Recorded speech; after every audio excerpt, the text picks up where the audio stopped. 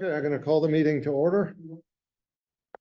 Pursuant to Governor Baker's March 12th, 2020 order suspending certain provisions of the open meeting law, Yale Chapter 38, Section 18, and Governor Healy's March 29th, 2023 revised order extending remote participation by all members in any meeting of a public body. This meeting of the Select Board will be conducted both in person and via remote participation to the greatest extent possible.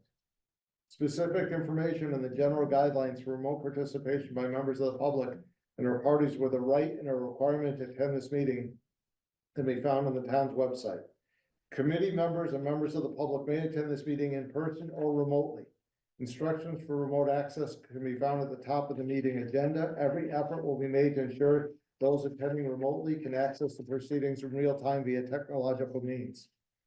Pursuant to MGL 7C 30A Section 20F, after notifying the chair of the public body, any person may make a video or audio recording of an open session of a meeting, a public body, or may transmit the meeting through any medium. Beginning in the meeting, the chair shall inform other attendees of any such recordings. This meeting is being recorded by the Berkshire Edge. It is being recorded by the town of Great Barrington, CTSB. Any member of the public wishing to speak at the meeting must receive permission of the chair. The listing items of agendas are those reasonably anticipated by the chair, which may be discussed at the meeting. Not all items listed may in fact be discussed, and other items not listed may be brought up for discussion to the extent permitted by law. Start with Select Board's announcements or statements. Eric? Yeah, I got a few things I would like to discuss. One is I was asked to do a little plug for the Center Through Peace, the Center for Peace Through Culture in Housatonic. It's located at 137 Front Street. And it's just looking to hear from all Great Barrington residents and fans of their gallery to complete a little survey to see what everybody would like to see in their gallery and event space. You can complete the survey at cpccommunity.org, and everybody that enters their survey has a chance to win a gift certificate. So then also Saturday, April 20th will be a busy day in Housatonic and Great Barrington. In Housatonic, we're gonna do a little Earth Day cleanup. Hoping to meet up at 8:30 at the front in the Ramsdale Library. And come up with a game plan and then send every participant out with some garbage bags and pick up the roadside. And I know there's plans for the same in Great Barrington. And then also on that same Saturday, we have the farmers market at the Hoosie Dome. So should be a busy weekend and hopefully it'll be a summer one. Thank you. Lee? One announcement. On April 2nd, I attended the first meeting of the PCB committee in the town of Lee. And this committee is getting together to determine what they're going to be doing with a TAG grant that they received, which is a technical assistant grant, to decide on what testing they will be doing, in addition to what's happening with the GE transportation plan that we all know is going on. They're going to be prioritizing air, soil, groundwater, or drinking water samples.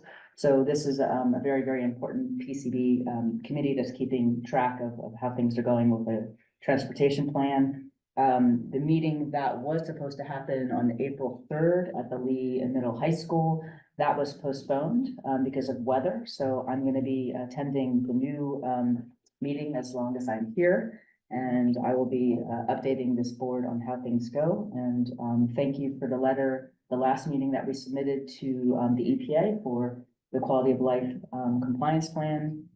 And again, I will reiterate that's extremely important for the Select Board in Great Barrington to stand behind, particularly the Lee residents and their Select Board and the PCB committee that is keeping track of the transportation plan that's going on with GE and the UDF. That's it. Thank you.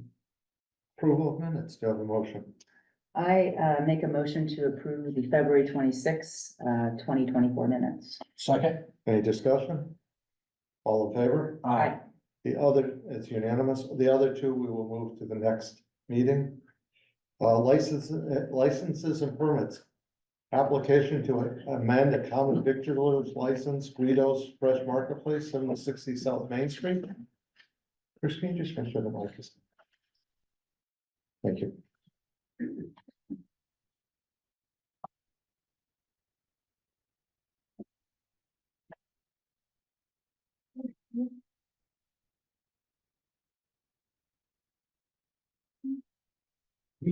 Yeah, it'll be okay. Okay. Thanks, Chris. Hi, my name is Vicki Donahue. I'm an attorney at Kingbird Myers here on behalf of Guido's Quality Food and Goes Inc. Also here is Luke Massaro, who's the president of the company. And the company currently holds a common victualer's license for these premises. But we'd like to change and amend the hours of operation.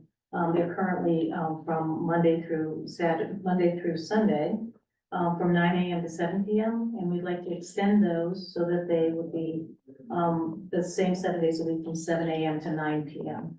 Reason for that is for them principally coming around the different holiday days throughout the year. Then we'd like to be there a little bit earlier in the morning and then also in the evening. And also they're going to be having a series of educational programs on pairing of wine and cheese. And would like to do those like between the 7 and 9 p.m.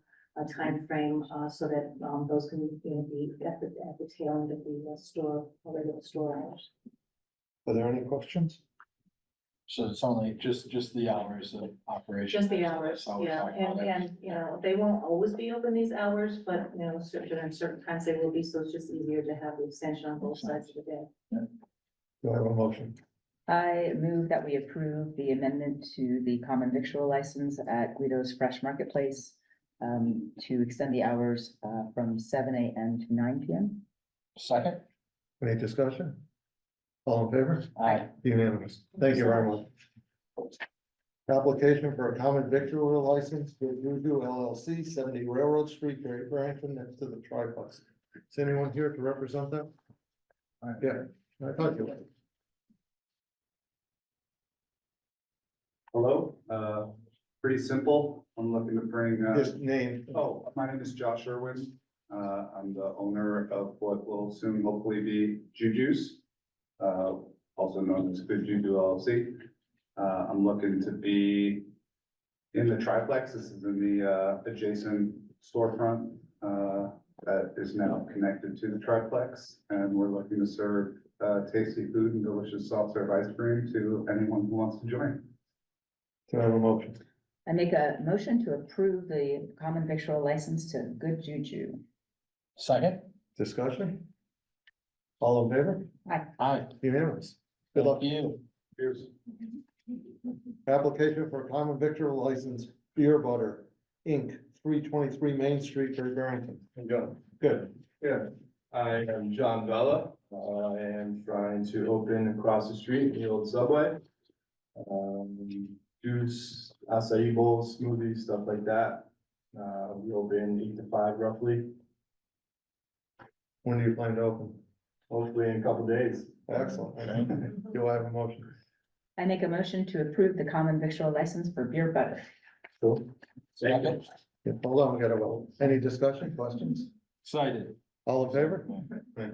All in favor? Aye. Unanimous. Now you can take a seat. Thank you guys. Good luck. Thank you. Let's see, Angela. Application for a temporary weekday entertainment license, Housatonic Improvement Committee, Alice Brisky Playground, Saturday, June 8th, 2024, from 12 noon to 4 p.m. Angela, I unmuted you. Okay, thank you for considering the request. This will be the second party in the park that the Housatonic Improvement Committee has sponsored. And the format will be pretty similar to last year, except we changed the hours from 12 to 4 instead of 11 to 3. We don't have a layout yet because we're waiting to hear about what the status of the WDM construction will be at the school. But we're planning on moving everything away from the school just in case. So we hope that you'll consider giving us the permit. Great. Do I have a motion? I make a motion to approve the temporary weekday entertainment license to the Housatonic Improvement Committee for Saturday, June 8th, from 12 PM to 4 PM. I'll second. Any discussion? All in favor? Aye. It's unanimous. Good luck. Thank you very much.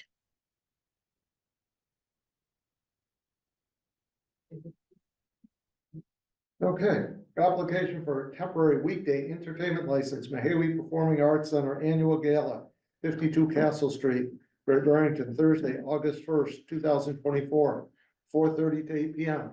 Hello, Hi, Janice Martinson, Executive Director of the Mahawi. want to tell us just a little bit?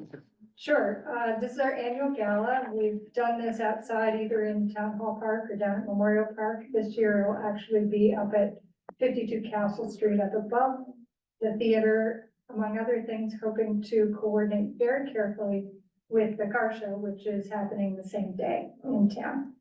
We've been working with the Fire Association on that to try to do as much as possible to ameliorate traffic issues and parking issues.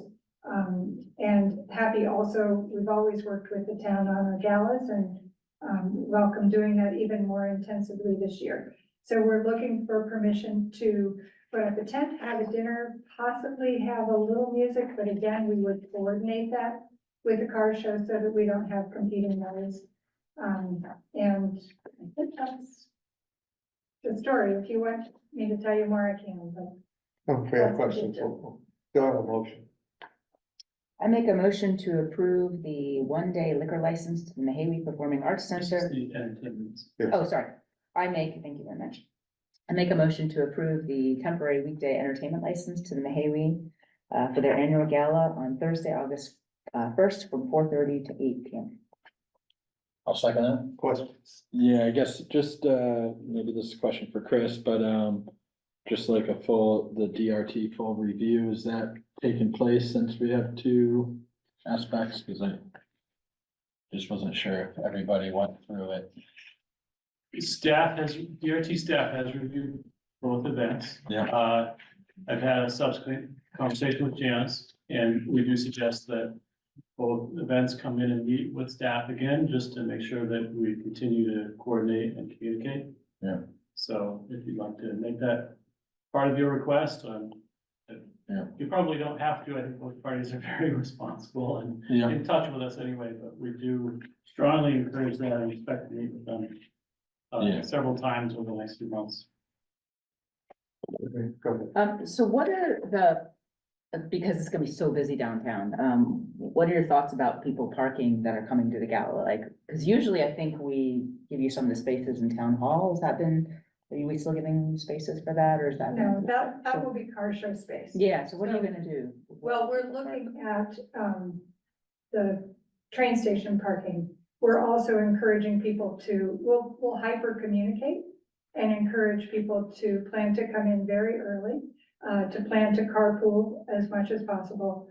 We'll have some reserved spaces up there for, folks who are coming to the dinner. And then I think we're talking to a few businesses really sort of down towards the river and away from Main Street about having some parking on private lots down there as well. Will you be parking on the Carlton property as well, next to the tents? Like, will that be parking as well? Just May go I- off the- may I- Yeah, of course. Invite Diane to join me. Yes, of course. So Diane Morris, also from the Mahawi. Yes, we're going to be talking with the property owner about having some amount of spaces for people who need assistance right on that lot. And we're gonna pace it out with Oscar Halleck, who's our event planner, and with Mahawi 10, to see how many spots we can get, and then make sure that we have people manning or personing those spots so that they're not overcrowded or blocking everybody in. How many people usually attend your gala, just out of curiosity? 300 under the 10. So it's gonna be a bustling night. How many in the theater, though, is there more? We can seat up to about 650, Okay, depending on. very bustling. Yes, and as Janice said, we will hyper communicate beforehand with both patrons who are doing show only and people who are coming to the tent, letting them know maps about where they can come in, both coming from south or north to avoid town. Yeah, And these events are somewhat syncopated, although, I mean, they overlap, but the intensive parts of them in talking with the fire association, we were somewhat reassured that as their event is waning, we've got everybody inside, they'll be moving people out. When our folks leave, they'll be done, and vice versa. So there's sort of a way to orchestrate this. Yeah, I think the end of the event, your event, and the end of their event won't coincide. No, I think no. it's the other part of it that's the Right, problem. and half of our people will come for the dinner and half will come for the show, so it won't be 600 people arriving all at once. And again, we'll encourage people to come really early, enjoy the car show. And, so we're hoping to stagger people in. Would there be would there be a possibility of maybe shuttling people in, or like remote parking, would that be an option for you? It's a possibility. We're looking at a lot of options, and we will definitely have shuttles for people with mobility issues. Yeah. So no one will be parking right adjacent to the theater, but people who need help with, being dropped off right in front of the theater will have shuttles for them. So it's not out of the question that we would have some remote parking and some shuttles. We're just still working all of that out. So, I'm looking forward to a gala, although I won't be able to attend, but good luck with it. So I know one question I have, that some of the neighbors that live on the hill, that you and Diana, you understand this too, are cognizant of the fact that some of the parking from the May kind of goes up on Castle Hill, so will you be reaching out to any of them? Or, I'm just thinking if we don't have the usual parking on the town hall campus, that might see more activity because you have the car show and then you have the gala. Is there any thoughts about outreach to some of the neighbors that might be impacted by extra parking up on the hill, or? It's an interesting idea. It hasn't been part of our list yet, but something we can add to the list certainly. And I think also thinking about what might happen up there on more residential streets is part of what we would want to coordinate with. Yeah, so I would love it if you could do maybe some outreach or just think about Sure. that, the pressures up on the hill, so. Sure, There's the whole issue of emergency vehicles also. right, yeah. So I'm sure the DRT, and of course, will take care of that. Eric? Yeah, no, I guess we just, the event isn't until, August 1st, but we're getting a good head start on it, but, I guess we just gotta have faith that it's gonna be well vetted by everybody and the parking really thought out, because the car show is like one of the busiest nights in our town. It sounds like it might be a car show all the way up to Lake Mansfield as well. So, I guess that would, I guess we'll have, faith in the town staff and everybody to truly pull out all the stops to make sure it's organized. It's certainly our intention to do as much as we possibly can to make this as little stress on people as possible. Okay, we have a motion and a second. All in favor? Aye. Unanimous. We have one more. You have a motion for, I make a motion to approve the one-day liquor license, the Mahawi, for Thursday, August 1st, from 4:30 to 8 p.m. you have a second. Any discussion? All in favor? Aye. Unanimous. Thank Good you luck. very much. Site of projects. Yeah, please. Application for a special farm winery license, Berkshire Cider Project, 58 State Road, North Adams, for sale and sampling at the Great Barrington Farmers Market, 18 Church Street, beginning May 11th till Saturday, November 9th, 9 a.m. to 1 p.m. Okay, you are unmuted. If you just, this is not the first time you've come before us, so if you just want to give us a little overview.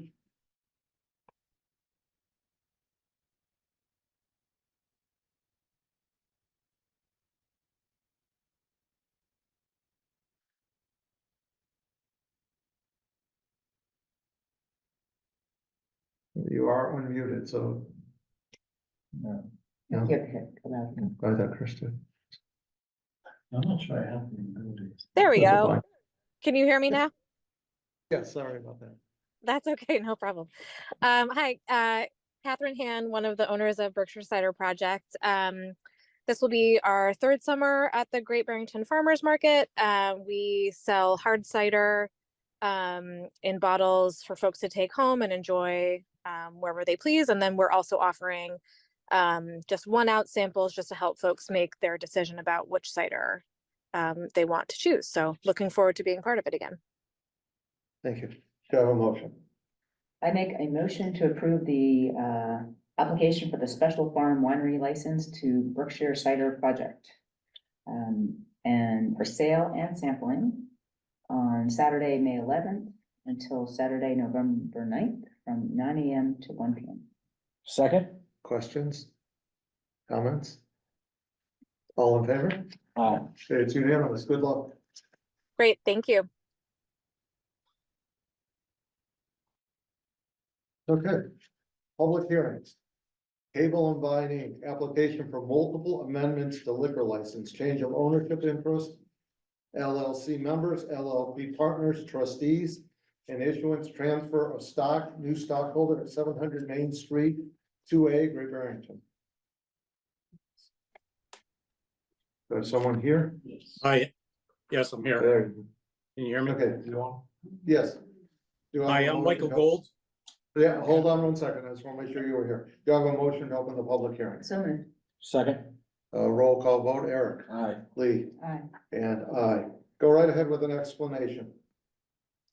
Hi, I'm Michael Gold. I'm here on behalf of Table and Vine and Big Y. Just first point of clarification, it's actually a change of stock interest and a change of officer and director. That's where we filed the application. Okay,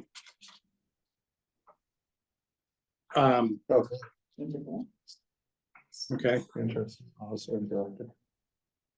Yeah, so just by way of background, as I believe you all know, Table and Vine is a wholly owned subsidiary of Big Y Foods. It's effectively the liquor division of Big Y, and it holds the liquor licenses in Massachusetts. And as a result of this ownership structure, we're required to obtain approval from various local licensing authorities and the ABCC when there's a transfer of stock interest in Big Y. So in 2020, I came to you when the then only two shareholders of Big Y, Donald Demore and Charlie Demore, second generation family owners, did an estate planning transaction where they established trusts for the benefit of their adult children in the business.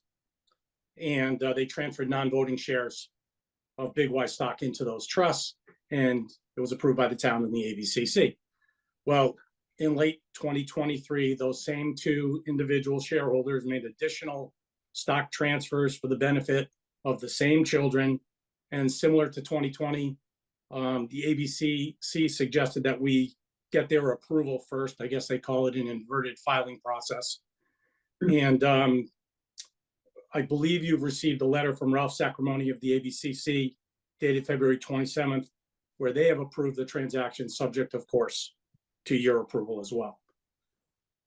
So with that said, I can summarize these, well, I guess somewhat complicated, but at the end of the day, not that complicated transactions. So each of Donald and Charlie Demore transferred additional non-voting Big Y shares into those same trusts I mentioned for the benefit of their children, third generation family owners. At the same time, Donald Demore transferred his voting shares to one of his children, his son Michael. Michael's an officer and director of both Table and Vine and Big Y. And additionally, Charlie Demore and Michael Demore then transferred all of their respective voting shares of Big Y into a voting trust.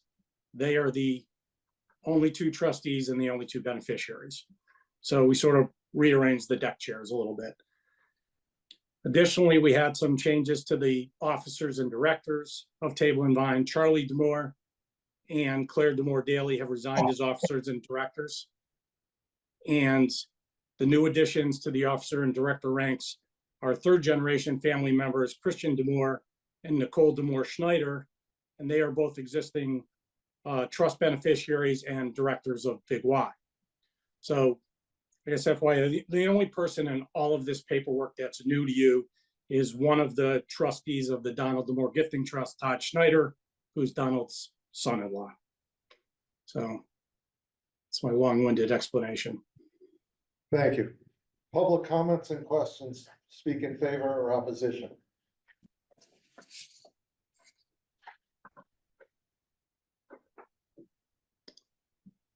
Seeing no one, questions from the select board? It seems pretty straightforward, but, I'd like to make an addition and condition. Would that come up afterwards? You can discuss it now. I would like to, if we're going to, grant this, I would like to keep it equitable with, what we did for Price Chopper. And I would like to propose that we add the condition that alcohol is clearly limited to designated aisles without satellite or end of aisle / end cap displays. I have no problem with that. I like the idea of that. Go ahead. Okay, so the condition of the transfer is that we not have, I'm just trying to understand, not have end cap displays? And that what we did with the Price Chopper is we kept it within the aisles that it was designated for liquor. Okay, So it doesn't spill over into the rest of the grocery store. yeah, Which is similar to what we did for Price Chopper, so I it's just understand. keeping. okay, I guess I.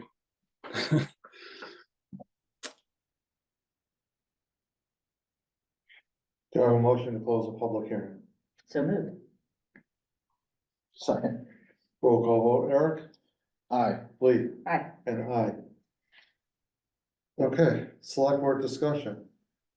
Not much to discuss, but go ahead. Yeah, no, I guess, if that is agreed upon term, I would support this. Obviously, I haven't supported something similar in the past, but with these conditions on it, I would vote yes. So the motion would be to approve the change of stock interest in officers and directors and With the condition that alcohol is limited to clearly designated aisles without satellite or end of aisle end cap displays.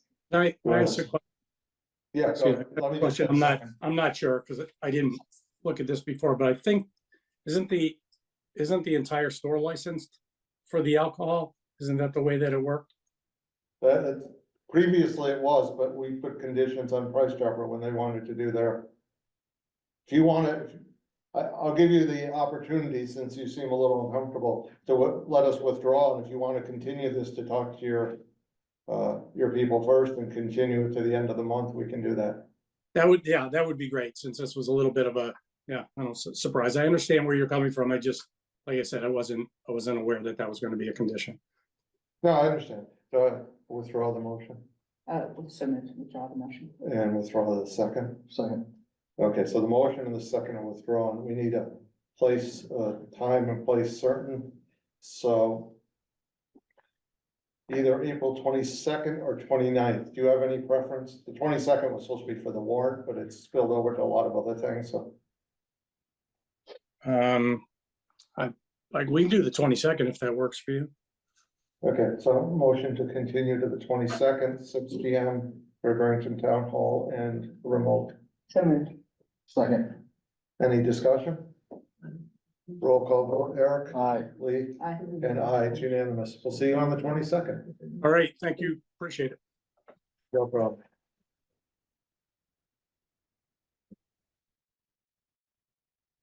Okay. Special permit 942-24, application for Bear Mountain 320 Properties, Timberland Heights Care Center to construct an addition on the existing nursing home at 320 Maple Avenue, Barrington, filed for sections 3.1.4, B10 and 10.4 of the zoning bylaw. So motion to open the public hearing, So moved. Second. roll call vote, Eric, Aye. Lee, Aye. and I, it's unanimous. Do I have an explanation of the project? Thank you. Peter Pusilowski on behalf of Timberland, and we also have, let's see, where'd Nick Elton go? He's in the big He's one. right on the ball. Okay, hi, I was looking on my list. Timberland Heights is a nursing home that began in 1960. In 2015, it was given a special permit. They have this project which is proposed to actually modernize the nursing home by adding elevators, by adding a small number of beds. by reducing all the capacity of each room to no more than two, where there are 3 or 4 now. And to do a lot of site improvements that weren't required at the time.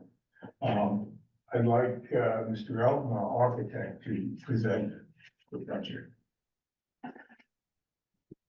Good evening. Can people hear me all right? Hello? Yes.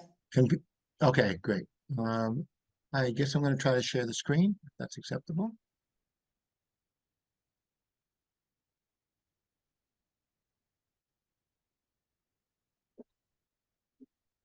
Can everybody see what's on the screen?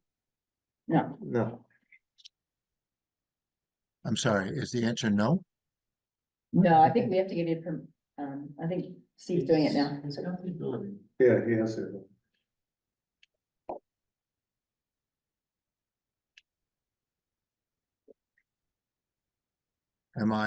Is this visible now? Yeah, or- I think you need to try it again.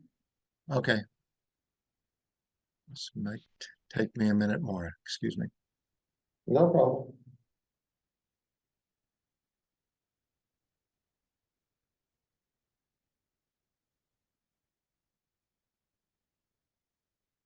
Sorry to keep you waiting. I was No all problem. prepared, but you've messed me up here a bit.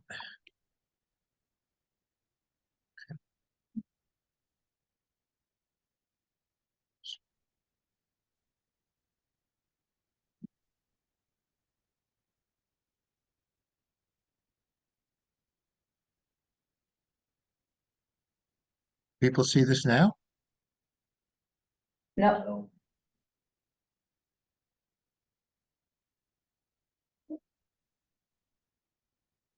I'm not quite sure why I'm having a problem. Just 1 second, please. Sorry to keep you waiting again. No problem.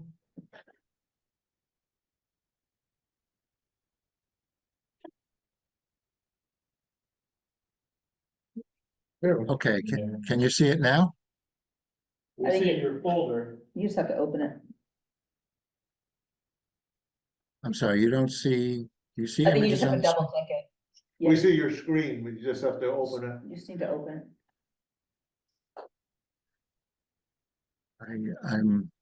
I'm flummoxed here because I see it. It's nothing I can, there's nothing I can, Yeah, what we see is the two folders.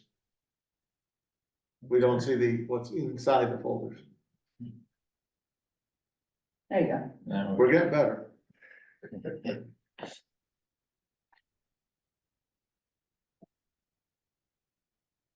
Expand that, there we go. We're almost there. can you see it now? oh, yeah. Yes. Okay, great. Uh, Thank you. My name is Nick Elton. I'm from the firm Westwork Architects. And we're here to show you the proposed addition to the Timberline Healthcare Facility, which is located at 350, sorry, 320 Maple Avenue. The current building, Nick, it would help if you Xed out the right side of your PDF there, expanded the screen.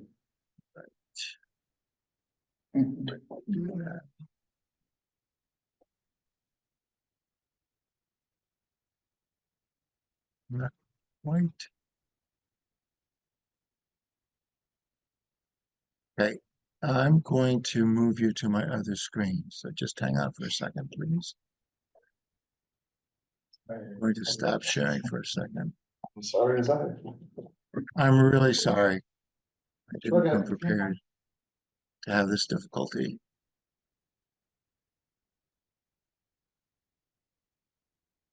You just have your sense. That's right.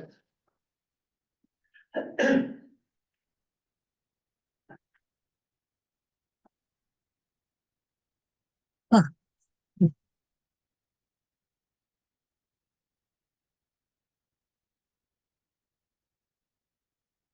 Can you see it now? Nothing, no. Flexed. Okay, I'm going to go out again.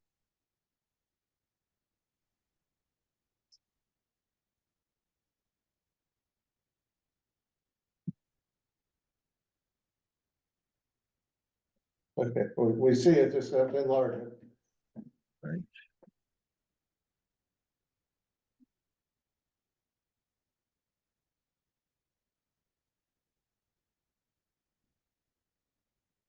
There we go. Okay, however, this was the additional information I added, so just hang on for 1 second. I apologize.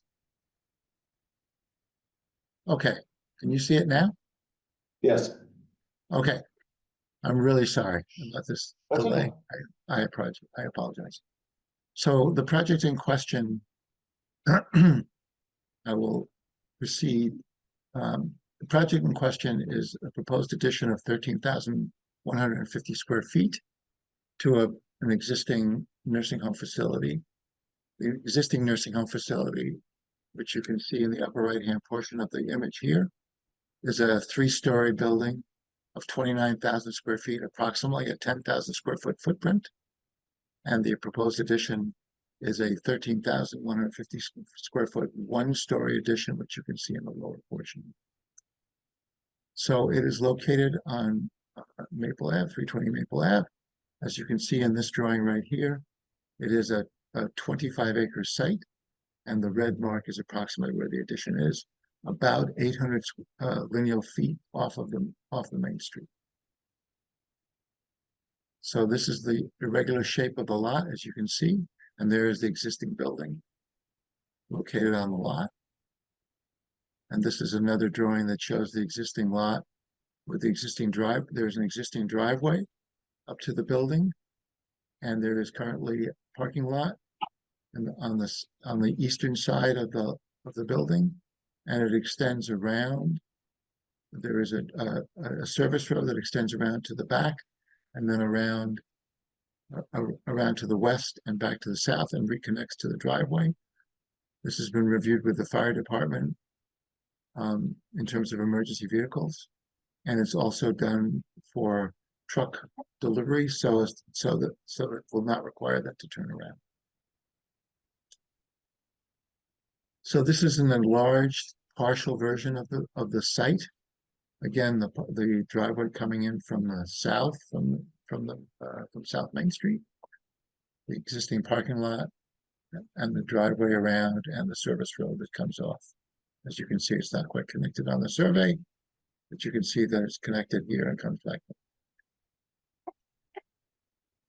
So this is a similar existing site plan. I'm going to go to the next drawing.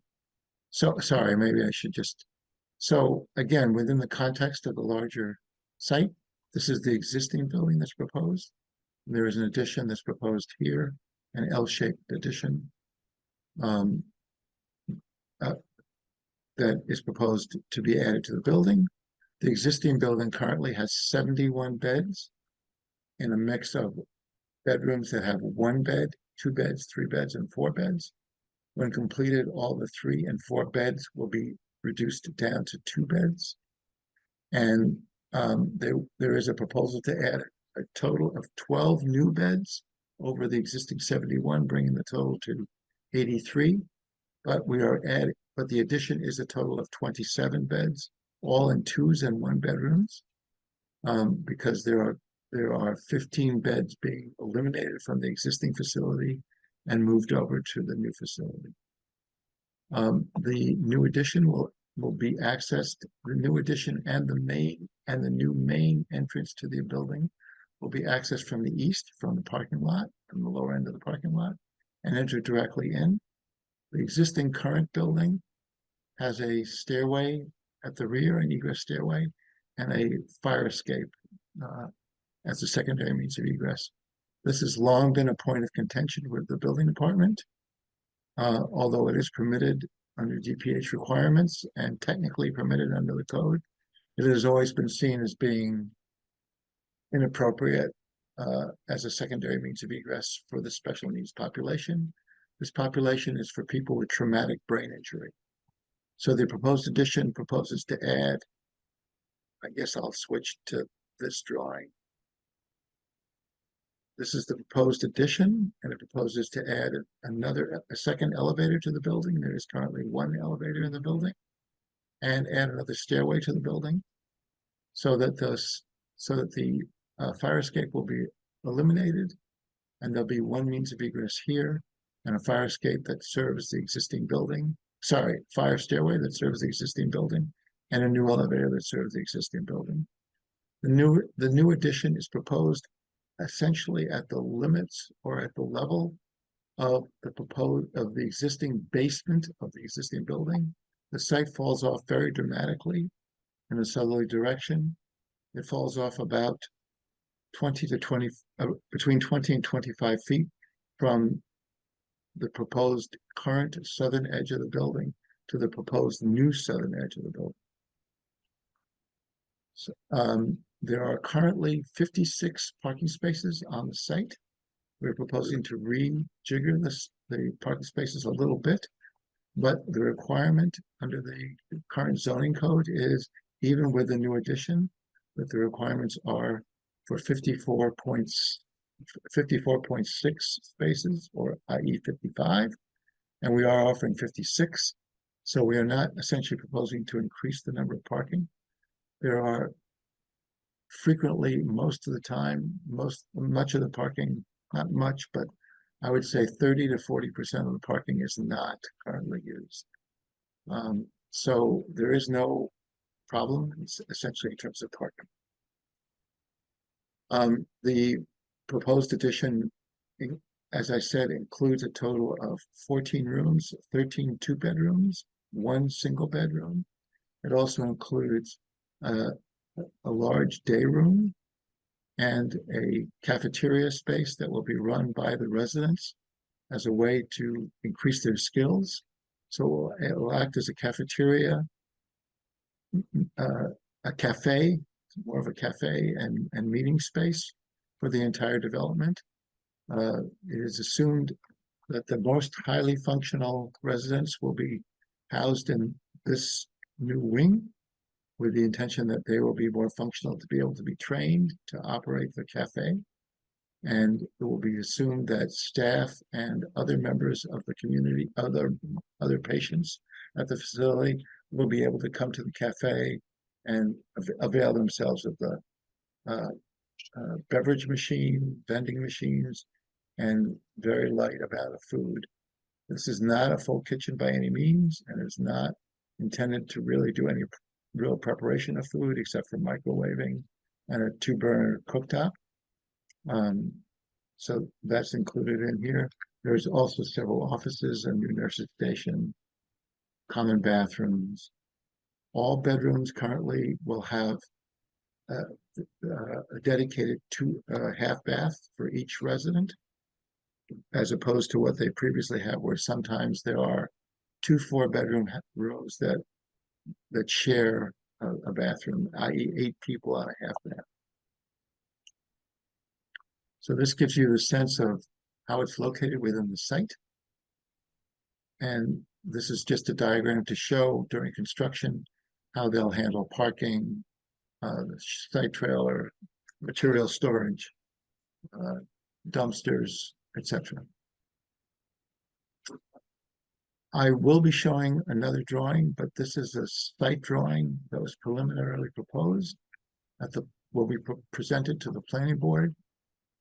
We showed that there was some existing site lighting on the site, and they asked that the site lighting be eliminated, and that we replace it with new, more night sky friendly, LEED friendly. So which I will be showing to you shortly, and we have done that and submitted a supplemental package to the planning board to show this. All the proposed lighting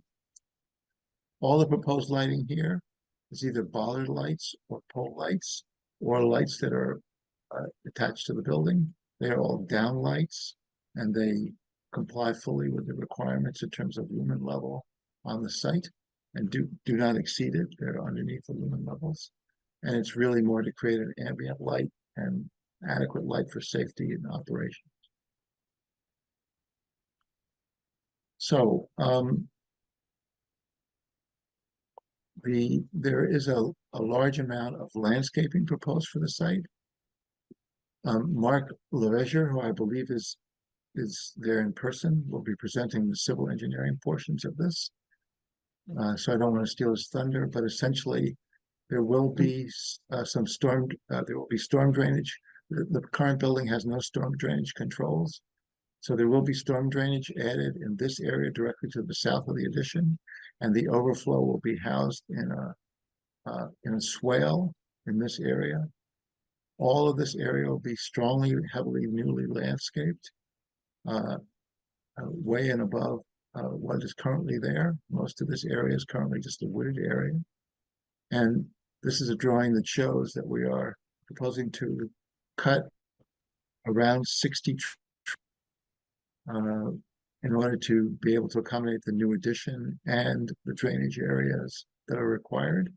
But we are proposing to add 69 trees with a stewardship program with Race Mountain to monitor the condition of the trees and replace trees as required and or prune or treat the trees as required, so that to ensure that at the end of a 10-year period, you will have the full 69 new replacement trees that are proposed.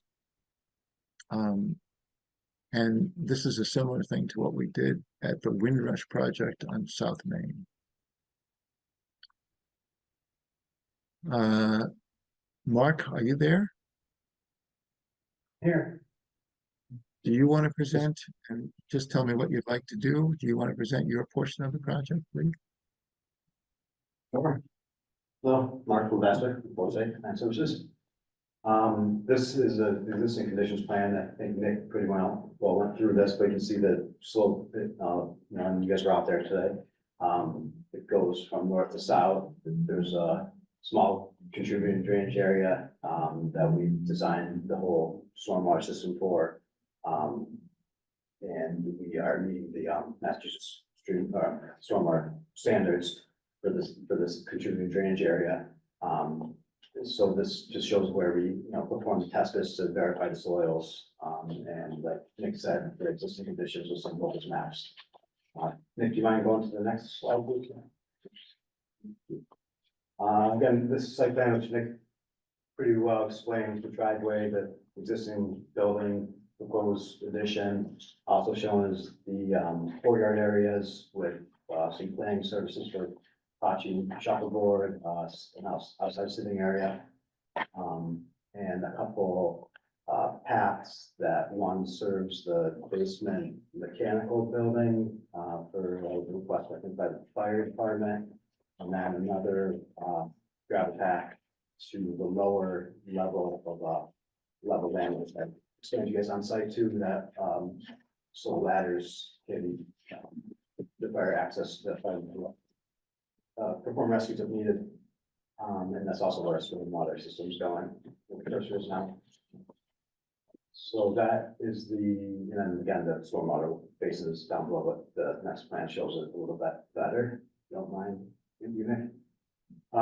This is shows all the erosion controls, drainage, and grading improvements to site proposed. The heavy bowl line is the erosion controls and Acrobat does a little bit of work as well. Just to note that this was shown to the and approved by the Conservation Commission. We don't have the order right now, but it was in the minutes, but it was unanimous for decision for this areas in the Sinks Mountain region. So that's why it was presented to them for the no 110. So in this plan, we are currently the existing building flat roof has downspouts that discharge to grade and they're unmitigated, untreated. So we're proposing to collect those existing roof leaders, convey them down, like Nick's showing here, to a stormwater infiltration galleries and chambers. And that will also collect the new addition, the entire roof area with a new addition and go through a multi-stage outlet control structure, so the recharge is provided, recharge line is provided in the chamber system, the high level overflows Go down today to the south to a water quality basin. And that also has a multi-stage outlet weir device that handles both the water quality volume and the steep flow, so there's no new peak stormwater flows compared to the existing conditions from the site. This also shows some stabilized construction entrance and other erosion controls as far as temporary construction sediment traps and the drainage inverts and everything else that's required for the site plan review and the conservation. But it's a very detailed plan with all the, I can, go into more detail if you'd like, if you have questions later, but so that's the erosion control. Next plan, please. This one, it shows the utilities. Currently, the building is served by town sewer and water. There's a septic tank which acts as a primary treatment of the sanitary waste before it's conveyed to the south to a pump station at the town at the Route 2341 intersection with the driveway, and that's pumped to the municipal system. And I believe this sewer department has said that there's capacity for this new flow. So we're proposing to add 2 new septic tanks in series. I believe they're 2 8,500 gallon tanks. This is again to act as primary treatment before it goes into the existing sewer system.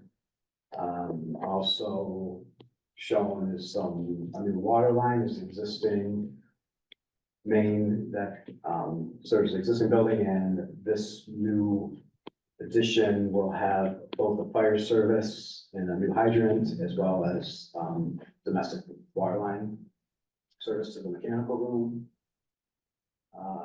Also on this plan, we're showing the new electric services and tying into a pole with a new transformer pad and emergency generator. And all gets tied into the mechanical room, and gas services down by there's existing propane tanks which we were standing by today, and those will be relocated underground with the right in that corner there, the parking. And I think Nick has some more computations if needed on that, but it's pretty much the size. They don't require as much because everything is going more energy efficient and different in electric and not gas. So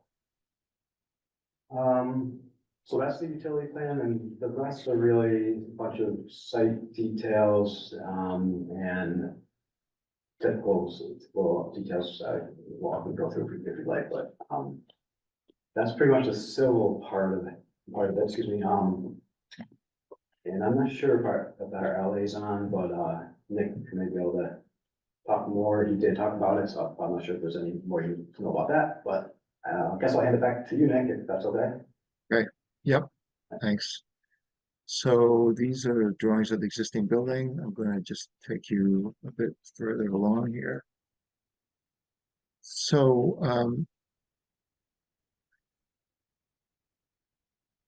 this gives you a sense of what it would look like from the parking lot side. This is the existing building. We're proposing a 4-level addition. This serves the new addition is at the level, as I said, is at the level of the basement. So this is the elevator tower that will serve all 4 levels. And then this is the stairway that will serve, which will provide a life safety secondary means of egress, which currently the current fire escape is really not acceptable. There's also a way here so that they can access the roof, which they currently are not easily able to do, and is critical for the operations because there is quite a bit of mechanical equipment up there.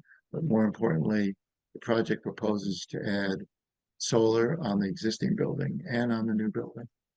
The proposed building currently is mostly propane fired heat and domestic hot water.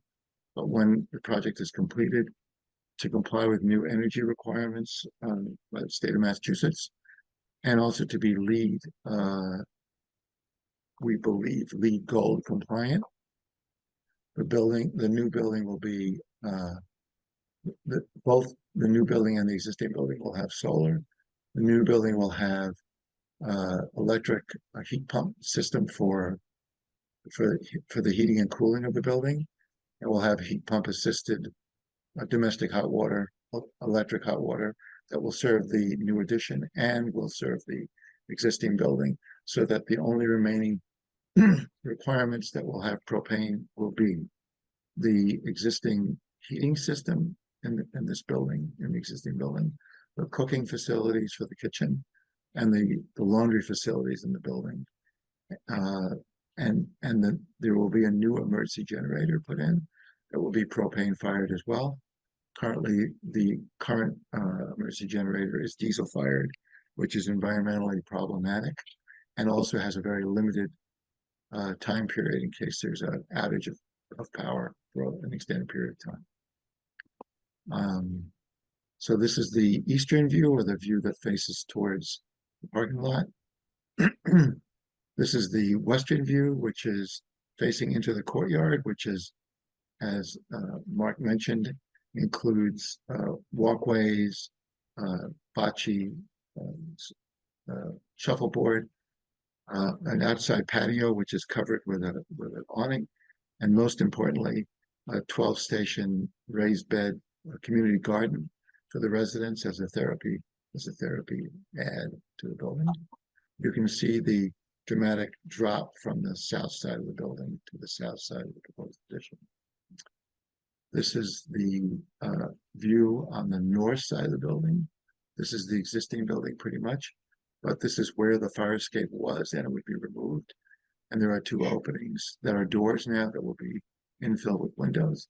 And this is the south side showing the existing building in the rear and the proposed new addition down below, and the tower that will accommodate will only be housing the stairway and the elevator and the connections to the existing building. This is a view of the interior of the new lobby to give you a sense of what it might be like when you enter the new lobby. This is another view. And then these are larger views of the building overall. So this is looking from the northeast. This is looking at an aerial view from the from the southeast. And this is a view from the southwest. And this is looking more into the courtyard, these raised areas of the community garden. And finally, this is another view from the from the northeast. What I'd like to show during the presentation to the planning board, they asked for a few additional things that we do. So I would like to quickly show you that, if you don't mind. They asked for us to show the cut and fill, which we did show. That was prepared by Mark. This site will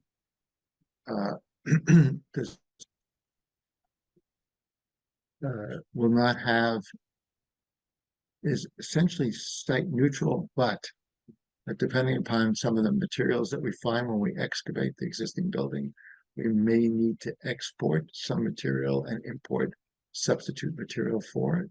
But in general, we're not proposing to do a large amount of excavation that will require us to export very much at all. The full calculations were provided in a submission to you. We were asked at the planning board to create some to show pedestrian access within the parking lot to the new entrance. This is the new entrance, which will have pavers and bollard lighting. So that's strictly a pedestrian area, and some bollards that will restrict vehicular entry.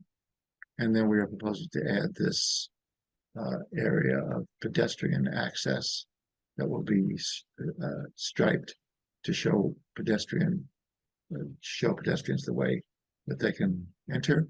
There are proposed to be 3 handicapped accessible parking spaces, 1, 2, 3, and that's why there is a pedestrian access shown to here. This is a large parking lot, and people typically walk through the parking lot to get to the building. And but they were trying to show that there'd be a designated area that would require people to have some care, and there'd be appropriate signage for when vehicular access is crossing those areas. Finally, there was an issue that was raised that as you're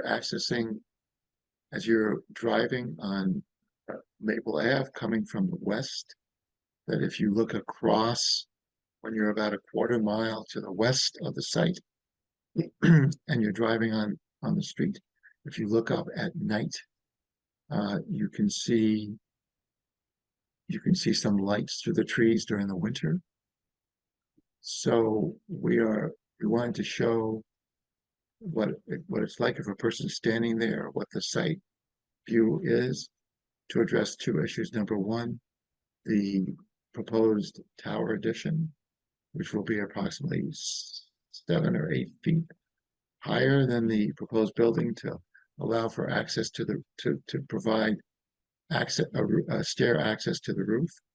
You can see that from a person standing at 6 feet, and the trees, I mean, these are just our representation of trees, but these do not, there are considerably more trees than what is shown here. We are proposing to add on the, I think we have a drawing of this. Yeah, we're proposing, I think we do. Yeah, we do. Yeah, we're proposing to add on the southwest section, add trees in this area to further obstruct the visual in terms of being able to see visually into this area. And additionally, there was a window that was proposed on the south side, on the west side, and we're proposing to take that window and move it to the west side so that you would not be able to see any light that's shown from that. So that in the tower, any windows that you could see would all be obscured, either by the existing building, either by the existing trees or the proposed trees, and they would be so low that they would not, that you could not see them in the line of vision. You can only see the upper floor of the building. Additionally, there is a floodlight on the south side of the building, which is providing general site lighting. We're proposing to eliminate that entirely, which is this light here. The rest of the lights that you see here, this light here will be obscured by the new addition, so it will be eliminated entirely. It's from a window in the hallway, and these are some of the lights from some of the rooms, which we cannot eliminate. The lighting that you see here on the lower right-hand side is actually not even on our site. That is the abutter's house, and obviously we can't do anything about that. Finally, as I had mentioned earlier, the planning board asked that we eliminate the existing site lighting, which they felt was too glaring. And so therefore we've added some additional lights to provide the appropriate lighting for the parking lot and for the access road at the back of the site. This is a combination of some 4 pole lights, sorry, 1, 2, 3, 4. And then some lights that are attached to the building that will throw light. These are all down lighting, night light friendly lighting that will not obscure any vision, provide any lighting pollution to the sky. And the building in general will have a very enhanced energy conservation package with the walls at an R30 and the roof at an R60. The windows are also double glazed, low E, argon filled, very energy conscious. So we believe that we're providing a building that will not be significantly contributing to the carbon footprint. In fact, will significantly decrease the current carbon footprint that is provided by the building. I hope that uh, explains the job, the project, and of course, available to answer any question. Thank you. So just for those who are listening, the plan was not to vote tonight, but we only have 3 members here, so we can't vote tonight. So let's go with public comments and questions, speak in favor or opposition. If you're online, raise your hand. If you're in the audience, just come to the microphone.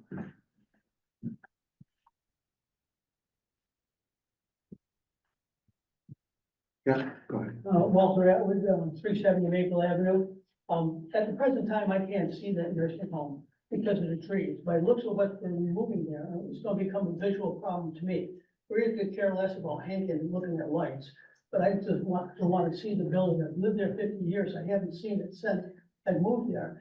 And the screening going up the driveway next to me is horrible. Once they take the trees out, it's gonna be like living in an industrial zone. And I'd like to see something done about that. That's number one. 2, the drainage that goes there, they're adding 15,000 square feet of building that's more all roof coming down. He said that there's a retaining pond in there. I already have a water problem that drains across my neighbor's driveway, my neighbor's yard, and into the culvert that comes down and crosses the road in front of my house. I don't know if they did a study on the drainage or anything like that. I'd be interested to know what they're doing about that. Those are my 2 biggest complaints, because the drainage they have, the way the road is built, the drainage from what goes there now is forced to go into my neighbor's yard and thus down through into the drainage that goes into my yard. That's what I have right now. Thank you. Okay, thank you.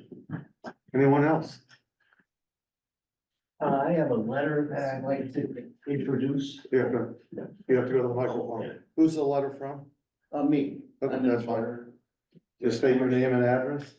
Rick Emerson, 350 Maple Avenue. Yeah, go right And a ahead. butter, and I've been there for 25 years. I'd just like to submit it Okay, for your consideration. thank you very much. Thank you.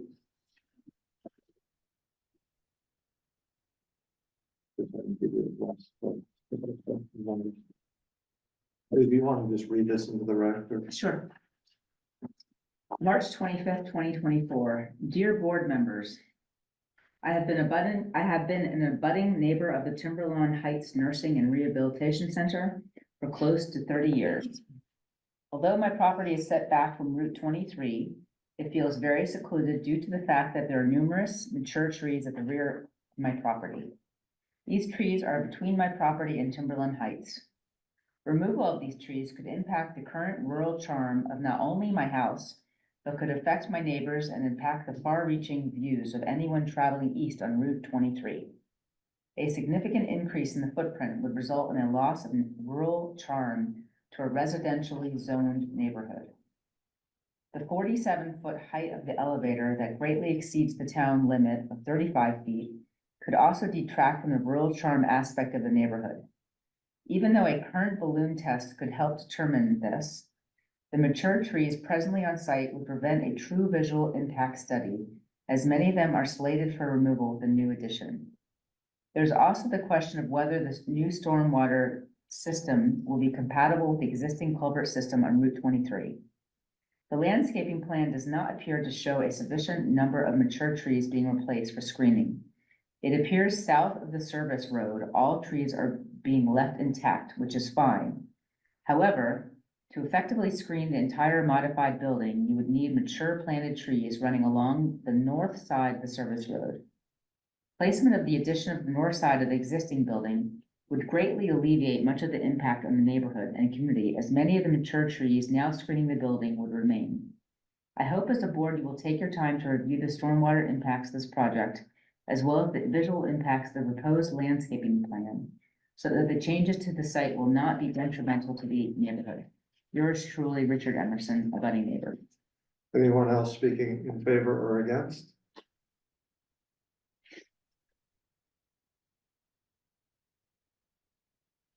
Okay, so we have a choice. We can start by asking questions now, and then we'll end at this point. Because without Garfield and Ben being here, did you want to ask some questions tonight? Because I have some questions, so.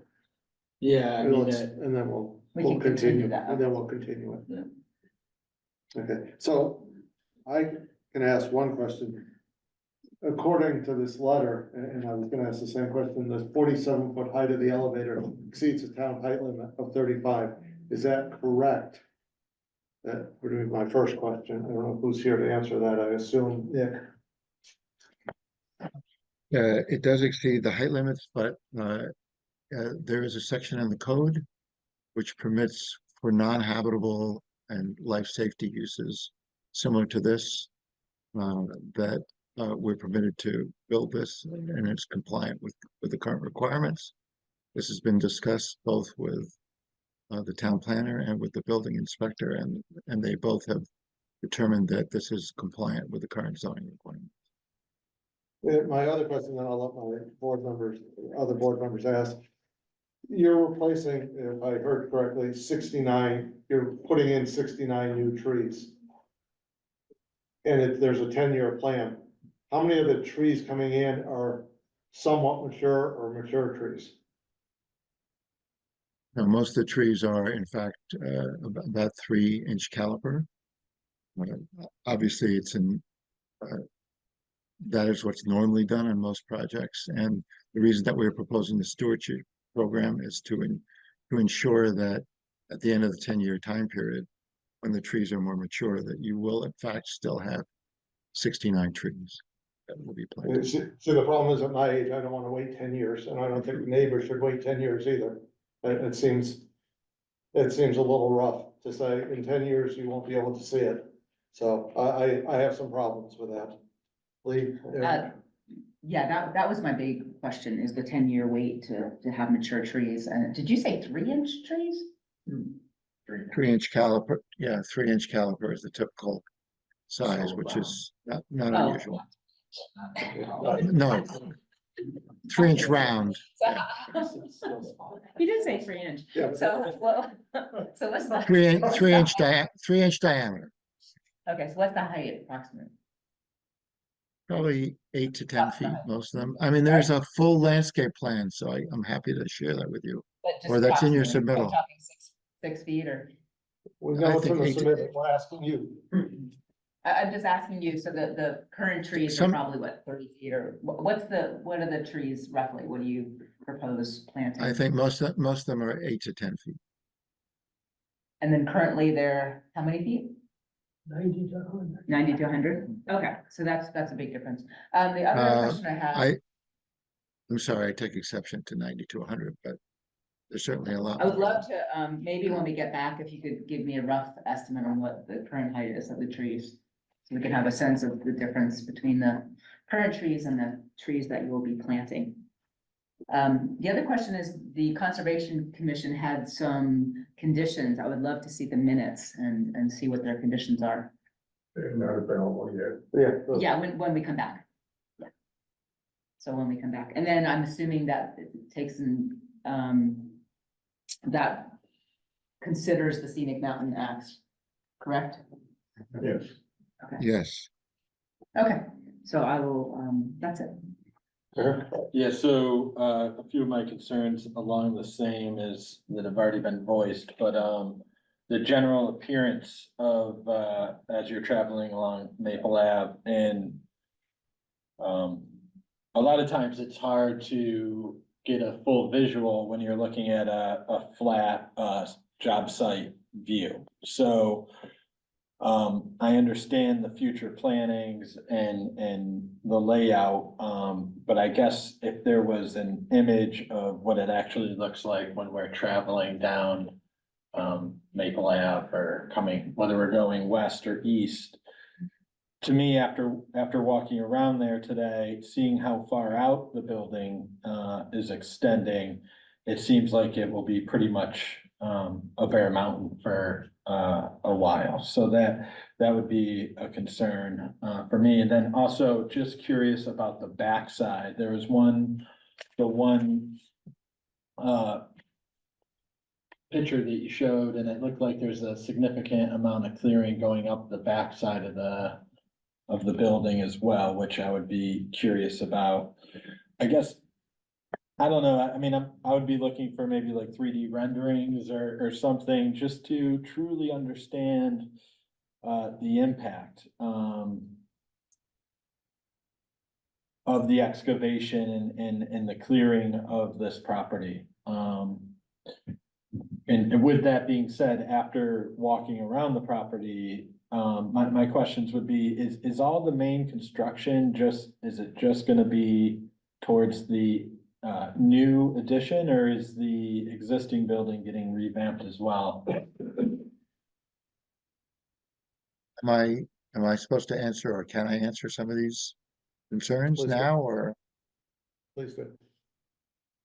Okay, there is no clearing whatsoever proposed on the north side of the existing building. There Nothing, isn't. nothing. Okay. You're not proposing to change it in any way, so in Sounds terms of good. that.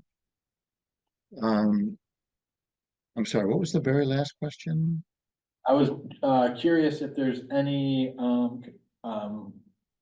remodeling of the existing structure, is all construction just on the new addition? The existing, right now, the proposed scope of work proposes to replace all the flooring, all the lighting, repaint the entire building, replace the update the bathrooms in general. And obviously, as we said, we're reducing the number of beds from 71 to 56 beds. So obviously, we will be doing the appropriate alterations that are needed in the rooms when you're going from 4 to 2. We are also creating an exam room in the existing building, which wasn't there before. And we're also creating a larger staff break room, which they don't really have at all right now. And we're also increasing the size of the physical therapy space by about an additional 75% over what's there currently. So a significant amount of the work's going into the existing building also. And all the lighting is going to be changed to LEDs so as to reduce the energy load and to make the building more compliant in terms of footprint. And then I believe I heard you in your presentation, you said there is an existing elevator already in this building? There is an existing elevator. The difficulty is, and this is what's happening in a lot of facilities like this, when you have this number of people, obviously the elevators get a fair amount of use. And what frequently happens, or does happen upon occasion, is that the elevator goes down. If the elevator goes down for a facility like this, that is very, very problematic. So one of the things that the clientele, that the owners wanted, was additional elevators so that they had, so that if one elevator goes down, at least they still continue to have the other elevator. Also, the current elevator only serves the first, second, and third floor of the existing building. The new elevator will now serve the ground level, first, second, and third floor of the existing building, the new building and the existing building. So the existing elevator is gonna stay intact, I guess. The existing elevator is going to remain precisely for that reason, that if it goes down, that people won't be isolated. I mean, there's a central dining facility on the first floor, and the patients that can't even get there if there's no elevator. Many of them are physically incapacitated. Yeah.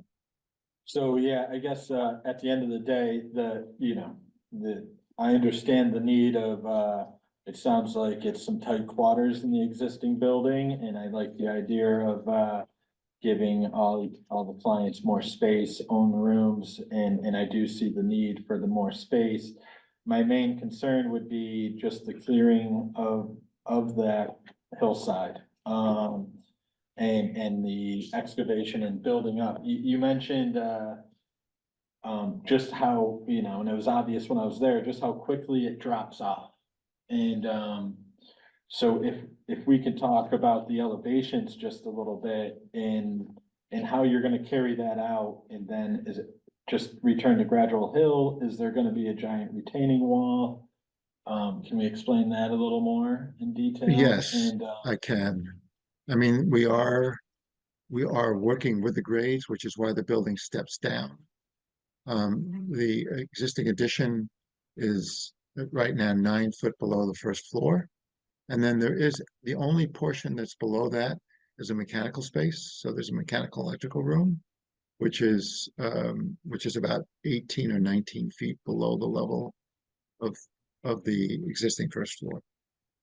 We are not proposing to have many retaining walls because the grading is quite significant. We do have a slight retaining wall of about 3 to 4 feet for a portion to the south of the proposed bocce court and shuffleboard area. But in general, we're not proposing to introduce a lot of retaining walls. We're proposing to do it with natural grading and with landscaping to reduce any erosion. I do want to address this issue about erosion and storm drainage. Currently, this building, as Mark mentioned, all the drainage from the roof of this building drains directly onto grade and is untreated, or I mean, not that it's toxic, but it's not controlled in any way. It just flows over grade, which undoubtedly is contributing to drainage problems for the abutters. What we're proposing here is to completely control the storm drainage and add an underground groundwater retention system, and then an overflow system for extreme situations, which will contain the water. I think this will very much ameliorate the storm drainage issues that are currently on the site. And I think it will have a very beneficial effect to the abutters, contrary to what their concerns might be. So I just wanted to mention that. I think Mark could probably address that in more detail. That is why we've done this. It's just the opposite of what I think. We're vastly improving storm drainage on this site for what it is now, which is essentially nothing. So. Blake, go ahead. Thank you. So you showed briefly the cut and fill plan. It was hard to see the, what the colors were, the blues and the greens. So I was wondering if you could go back and explain that, please. And maybe enlarge it so we can understand what the blues and the greens mean. Okay.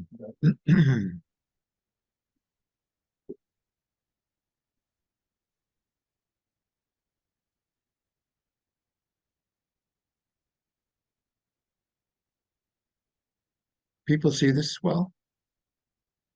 There's nothing on the screen, just your files.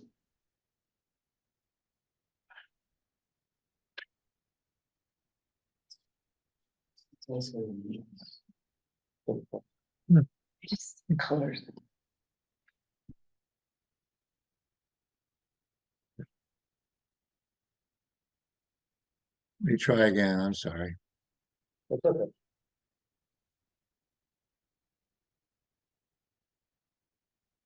If not, we're going to continue this and you can bring it at the next meeting too, so.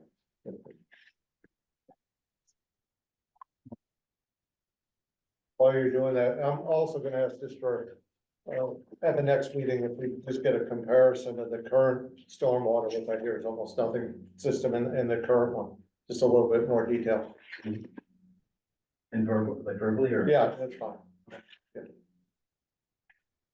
Okay, Why are, yeah. can you see this now? No. Okay. So let's postpone this question. It's an important question, but let's do it at the next meeting because we're gonna be here anyway, so. Yeah, I did have for the next meeting a question. Yeah, go ahead. Thinking about the site visit, and I don't know if this is realistic, but I would, again, I'm very concerned about the clear cutting and what it's gonna have, on the community and obviously the butters. Is there a way to kind of tag the trees so we have a sense of like how many trees we're actually talking about clear cutting? Because, right now it's very hidden. It's actually a beautiful environment. And I'm 100% for helping this population. So I think it's a wonderful facility. So I'm not trying to kill the project, but it's just, it's so hidden and embedded and it's a beautiful environment. And I just worry about, the clear cutting and, you think the trees are there and then all of a sudden they're all gone. So I would love if there's any way to tag the tree so we have a sense of what it actually will look like. Clear cutting all those and cause it's hard to get that in my head being up there today. Is that something that is realistic, that if we had another site visit with our 2 members, that will be there to do or give us a sense of how dramatic this will be? I can try to get that arranged, yes. Thank you. Okay, so we're gonna Can you see, continue this. okay. I see. No, we Okay. can't. So let's Okay. continue this. I know, but there, yeah, it's just, It's a little hard to. it's hard to imagine, like, even if, you even did the parameter, I mean, not every single tree, but gave us a sense of like, this is all gonna be gone. That would help. Individual trees are specified on the landscape plan, so. Yeah, it's just when you're there, it's kind of hard to kind of visualize. I mean, I've seen the plan obviously, but it's just hard to kind of visualize, even if you were able to just do the perimeter and say, from this point, this is all gonna be gone. And I do realize that they'll be replanted, but 10 years is a long time. And if we're gonna be looking at clear cutting for 10 years, that's gonna be very dramatic. So it would be very helpful to see that. Yes. Yes. Yeah, yeah. Yes. So yeah, to have a site visit at the butters properties and see perspective, that would be very helpful. Peter, April 29th, is that possible for you, your schedule? More importantly, Your people's schedule, not just you. Your team. Yes, that's definitely possible. that's for the continued hearing. For continued hearings. Okay. And when would you need the information for the site visit? Well, we could do it that, 29th. If you want. Same day. Yeah, we could do it the same day, just like we did tonight. Does that give you enough time? Sure. I think so. It's good with me. Okay, it sounds like it's good with your team, so government motion to continue the public hearing to April 29th, 6 PM, town hall and remotely. So moved. Second. Roll call vote, Eric. Aye. Lee. Aye. And I, unanimous. Look forward to seeing you then. Thank you. Thank you. Thank you.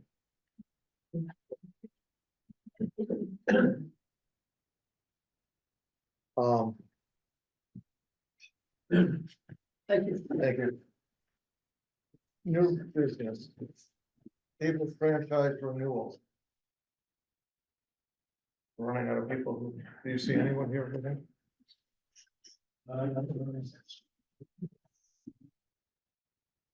That should be Tom. I don't see Tom. Oh, there you are. I didn't see you there, Tom. Perfect. Thank you. Tom Hatch, 9 Atlantic Street, Housatonic. I'm a Great Barrington representative on the 5-time cable committee. I was not part of the negotiations committee. That was Linda Miller and Dennis Arsenault of Lennox and Renee Wood of Sheffield. And the amount of work they did awed me. They looked at 427 cable TV contracts on file in the state. They looked over 400 responses they got from customers. They did an ascertainment process that they presented, and had over 20 Zoom calls with the Spectrum's legal staff as for negotiation. And they dealt with industry specialists, media and community TV groups, mass DTC staff, and local and state community leaders, as well as the town council. And they were very happy with the results. They thought they got some things they wanted, couldn't get some things they wanted, but they were very happy with what they came up with. You have any highlights, or is that asking too much? Process to convert PEG access channels to high definition. They're not currently in high definition. A performance bond, a determination of breach of contract, statement of violations that are material breach, liquidated damages, quarterly license fee payments rather than annual payments, which they're getting in the previous contract. There's a stronger statement and process for customer complaints and resolution, including increased accuracy and requiring state reporting, which Spectrum was kind of waffling on. Higher amounts of licensee insurance coverage, stronger wording and clarity in almost all sections of the 2013 contract, and $212,000 for the PEG Access Capital Grant payable in 3 payments. They really wanted to get the PEG channels back to where they originally were with Time Warner, but that was one thing that Spectrum really dug their heels in and refused to budge. And because of regulations, there's no way we can be considered. One of the 2 things that we can negotiate are prices and programming, which I think you want to talk about. Right, that's what I thought, but I just had it here. Yeah, that's it. Yeah. Any questions? I guess when you say programming, that means like local networks, is that what we mean? That means we're Obviously in New the- York State. Yeah, Yeah, exactly, that's okay, right. that's, That's the FCC. that's, rather unfortunate. Yeah. Right. Okay. Do I have a motion to vote in favor of the cable, new cable contract? So moved. Second? Any discussion? All in favor? Aye. Unanimous. Thank you. Thank you Thank very them much. for their work. Review and comment to the planning board on the special permit application from Zach Colbreth on behalf of Castle Street Firehouse LLC, seeking to deviate from the requirements of section 6.4.6 of the zoning bylaw in order to install upward shining lights on the hose tower of the former fire station at 20 Castle Street. Hello. Hi, Zach Colbreth, representing Firehouse LLC. Seeking permission to install uplights on the hose tower. Do you have anything to show us what it's gonna look like? I submitted a whole package. Yeah. With nighttime renderings, with specifications for this, lights that we're proposing to install. Eric, I'll let you start. You have the Yeah. expertise. So, Zach, I guess, with this, was there any, we're going up instead of shining down, is there? Both. We're doing both, nice. Okay. An up-down cylinder, architectural cylinder light. Mhm. And, just for that aspect, could we achieve the same goal from, just shooting down, maybe a bigger, wedge light of some sort in those positions, but higher on the tower? No. Because of the arches and the masonry that's been reconstituted from historical photographs.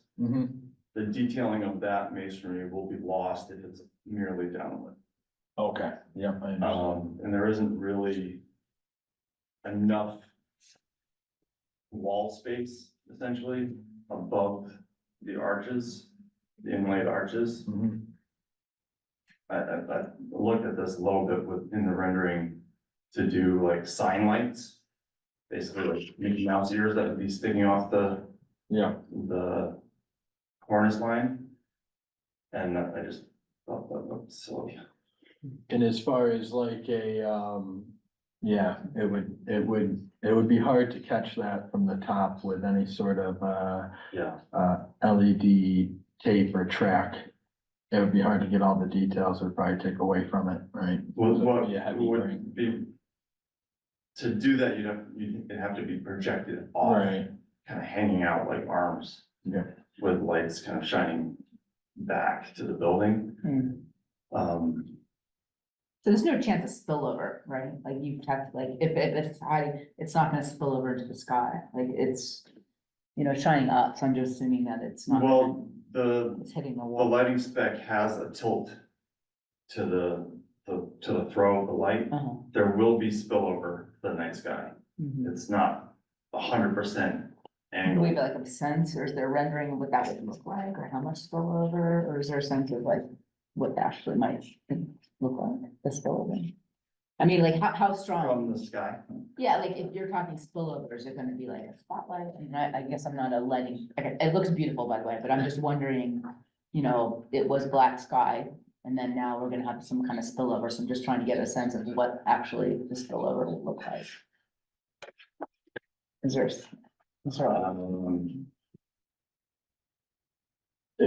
Yeah, I mean, I'm not, I guess what I would say to this, because I have a few different thoughts on. Are we in Yeah, discussion mode? yeah. So a few different thoughts on this now. With the night sky, I think it's hard to call the center of Great Barrington a true dark sky area with street lights and everything else. You know, there's a natural light. You see it as you're driving into town, right? So there's already a good amount of light pollution in our downtown, which is, that's what happens in downtowns, right? So, There's also a series of strict uplighting on the new Berkshire block renovations, uplighting the Yeah. cornice, Oh. which is essentially It's the same the thing. same thing. Yeah, Okay. yeah.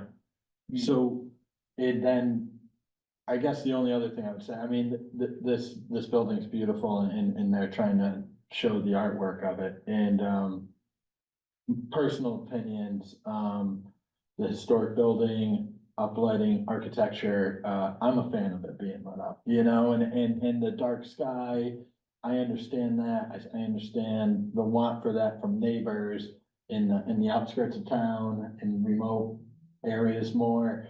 I personally am less concerned about it in our downtown. I think highlighting our buildings and infrastructure, whether, even if it was like bridges or whatever, it being lit, you know, being an electrician, I'm a fan of it, I'm not gonna lie about it. So, I see what you're trying to do here, and we're talking 3 sides, or is it? 3 sides. You know, you know, just be light temperatures and stuff like that would be more of what I would be concerned about, you know, which I would assume on brick, it's probably like a warm color anyhow. Yep, so. And these lights are gonna stay on from sundown to sun up, just how long? They'll be put on a timer, probably. It's gonna be a discussion with the planning board about what the appropriate timer is gonna be. I mean, you have the Mahawi, Marquee. marquee right there, so I guess. But that's not on all the No, time. no, I know, but Yeah. that's what I'm thinking is. I mean, It it's- won't be on all night. yeah, so your thoughts more of having the lights on when the building's in use or having it on a limited number of hours each night? A limited number of hours each night. Okay. It's less about, yeah, there's no intention to leave it on all night. I didn't think so, I just wanna make it clear. Yeah. Okay. Do I have a motion for a recommendation to the planning board? That I would ask that includes that they discuss the limited number of hours that the lights are on. Or that's not our job, that's the planning Yeah. board, so we're aware of it, but we're not gonna sit here and tell them, well, it should be 4.5 hours, and then the planning board says, no, we want 3.5, and that's not our job, just, we think. Lights on timers. Yeah, lights on timers, an appropriate number of hours. And I value their expertise with uplighting, so yes, I'm. Second. You're all set with that? Yeah. Okay, all in favor? Aye. Unanimous, thank you. Thank you. Good luck, it looks beautiful. It does. Yeah, that's the other thing we shouldn't forget, the whole building is gorgeous, so. Yes. Yeah. Lighting it up. Slowly getting there. Yeah, it really- Exciting to see all that work be done on the building as opposed to anything else that could have been torn down. and Torn down. Anything else, Yeah, right? I like So, that. very exciting. Request from Berkshire International Film Festival to hang 30 by 36 vinyl flags on Mass Electric poles from Main Street between Pleasant and Bridge Street from April 22nd, 2024 through June 10th, 2024. I believe, Ann, you're on the line, just introduce yourself. Sure. Hi, can you hear me? Yeah. Okay, perfect. Anne McLaughlin, I'm the executive director with BIF. We are looking for approval to hang our vinyl banners, which we do each year. We do it along Main Street and also on Railroad Street, and I think it's both National Grid and Town of Great Barrington poles that we're looking to hang on. We work with Larkin Signs. I don't know if Ryan is there. And yeah, we're looking to have them installed on or about April 22nd and through on or about June 10th. Got a motion. So it's the same image that you have in our packet, correct? Yes, absolutely. I make a motion to approve the banners. Second? Any discussion? All in favor? Aye. Aye. Unanimous? Thank you very much. You are the best. Thank you so much, you guys. Have a good night. Good luck, thank you. Thanks. Okay, do you have? Thank you. Do you have a motion to appoint Peggy Reeves to the Cultural Council? So moved. Do you have a second? Second, sorry. Yeah, I was trying to find that page there. All in favor? Aye. Aye. Unanimous. Okay. In honor of birthday. Details.